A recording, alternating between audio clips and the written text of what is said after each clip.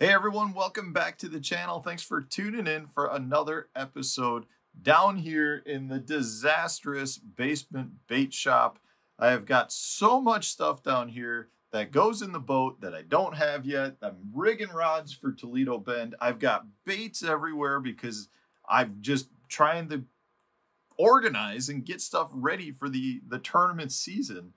It's a disaster down here. It's driving me nuts. I generally like to be a very organized person, and I am not. And I gotta tell you, I'm struggling with rigging rods. I'm in this position where I want to tie on 20 different colors of every bait for Toledo Bend.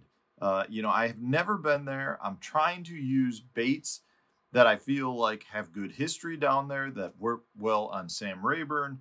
And I've also learned some new information from the Berkeley event that I was just at that has my wheels turning as well. And one of the things like that I'm kind of tying all into one place is about colors like this. The stupid color red. We have heard so much discussion about red for a long period of time. And it's funny to me because there's always been kind of a contrasting views. If you remember, there was a line company, I think they were called Cajun Line. It was a red fishing line. And they used to make that case that red disappeared in the water and therefore fish couldn't see it. And that's why their red line was what you should be using. And then you've got the completely opposite group of people that want to put red hooks on their baits, that want to add red somewhere on the bait or throw an all red bait because the fish can see that and it triggers them to bite. Now, if you look back at like Texas history, Texans love to throw red baits, especially in the pre-spawn. And from that standpoint, I'm definitely going to be tying on some red baits. This is a Fritz side here. This is one that I know has had really good success in the past on Sam Rayburn, which is 30 miles from Toledo Bend. So I'm going to be tying on some red baits. Now, my personal history with red has been pretty good.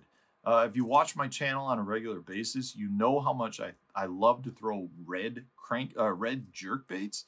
And a lot of times when I say red, I'm not necessarily talking like a red like this. This is more of a blaze orange. I personally prefer a darker red, something that's a little bit more of that kind of that blood red color, which is what this red craw color is. Something like, you guys know how much I like to throw. The Power Stinger is a trailer. This is what they call their ghost red craw. It's kind of that darker red, more of, I don't want to say oxblood, but it's not a real bright red. And I've had really good luck using it, but there's always this thought process in my head that tells me I shouldn't be throwing red because what I've heard in the past is red disappears in the water. And one thought process with that was, well, maybe red becomes more translucent, which then gives the fish not a great look at it, and they can't determine what it is because they can barely see the dang thing. And then you get the other group of people that are saying red stands out great, the fish can see it, that's why the fish are biting it. And I gotta tell you, one thing that I walked away from the Berkeley event I was just at, where they had their scientists and their bait developers divulging all this great information that as anglers, we all want to know. And it was really interesting to me because it was almost like a little bit of both.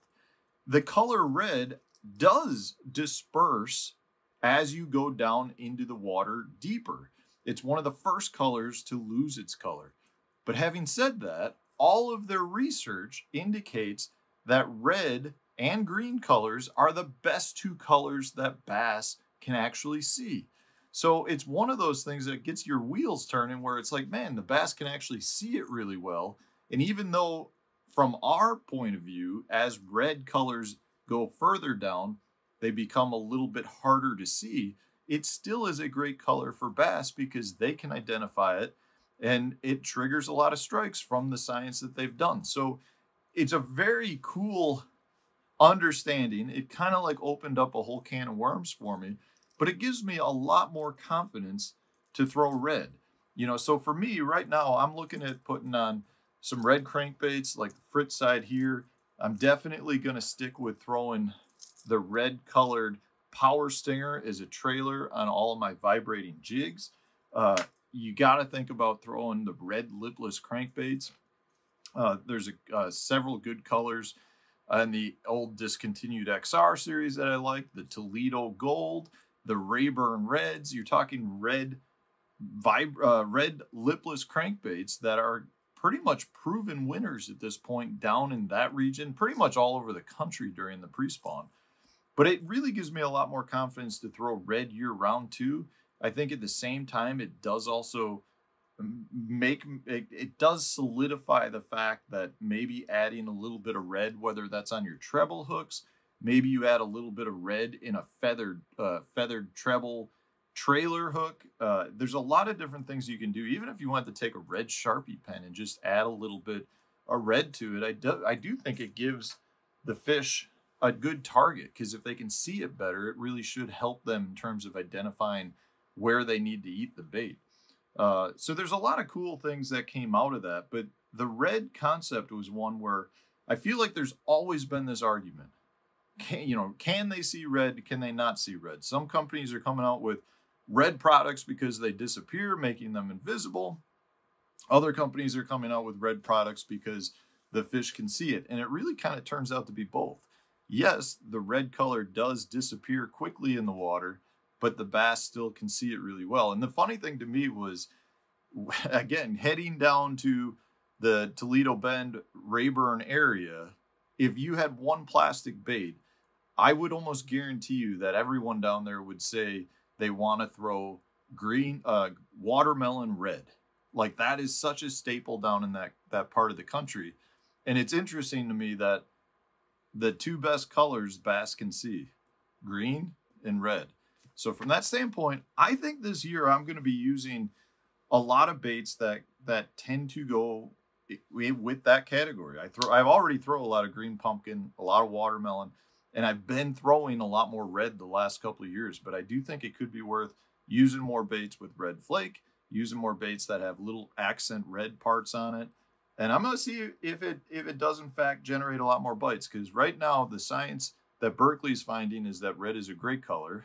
And I feel like the anglers over the last several years, over the last 50 years have said kind of the same thing. So it would make sense to me to continue to throw it and try to work it more into my arsenal, because the more I do, the more I feel like I'm having good success. So let me know in the comments section, how do you guys feel about using red? Anything, a whole red bait, red hooks, a little accent red. Do you think it's beneficial, or do you think it's hogwash? Because right now I feel like my personal experience and the science indicates we should be using not just more red, probably a lot more red. So thanks for watching, guys. Hopefully you enjoyed today's episode. If you did, hit the like button, subscribe to the channel if you haven't done so already. Stay tuned, new video coming out tomorrow.